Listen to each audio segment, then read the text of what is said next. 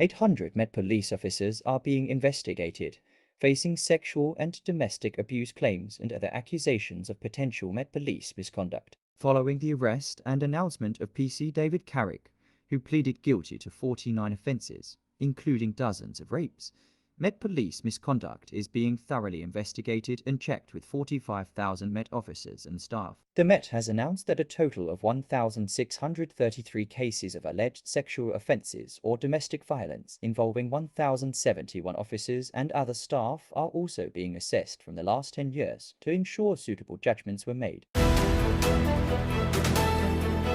Despite the national shock of PC Carrick's unveiled abuse, the Met Police has undergone an array of scandals that have eroded women's trust in the force, such as the murder of Sarah Everard by a serving police officer, Wayne Couzens, in March 2021. Another instance which eroded public trust in police due to racism and sexism is the case of Child Q, in which 4 Metropolitan Police officers are being investigated for gross misconduct after a 15-year-old black schoolgirl was strip-searched while at school for wrongly being suspected of carrying cannabis. Another includes 2 other officers being jailed for taking and sharing photos of murdered sisters. A different serving officer was also convicted of being a member of a neo-Nazi group, despite having 5 public complaints to his name.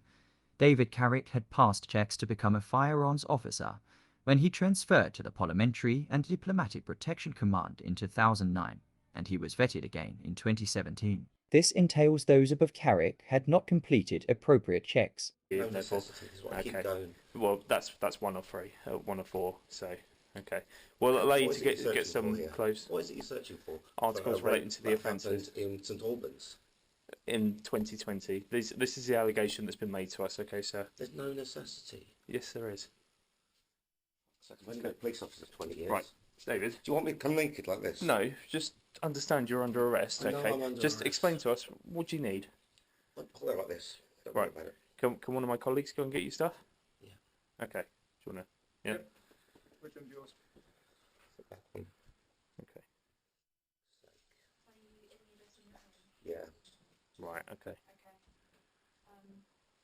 Where are your keys? Then we'll bring those at least. Looking into potential Met Police misconduct, over 150 police officers from the UK's biggest force are being prevented from holding public-facing roles because they are under investigation over allegations of sexual misconduct or racism.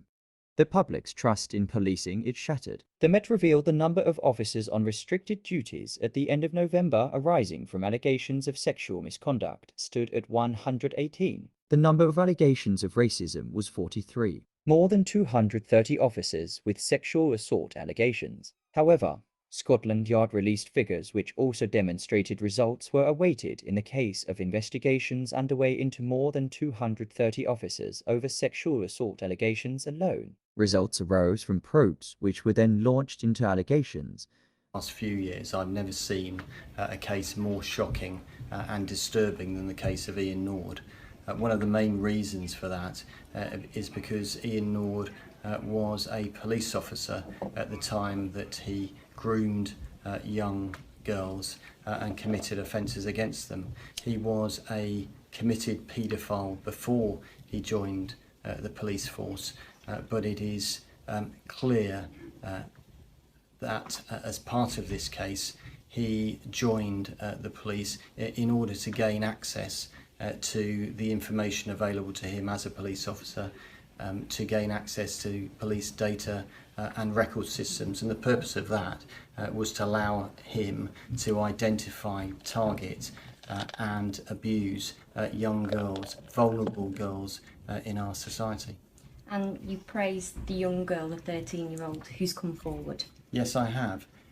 It is the case that had this young 13-year-old girl not had the courage to come forward to tell her parents what a police officer had done to her in the back of his motor vehicle, had she not had the courage to go to the police to tell them what a police officer had done to her, had she not had the courage to go to court to give evidence of her traumatic ordeal, that this particular now former serving police officer may never have been brought to justice.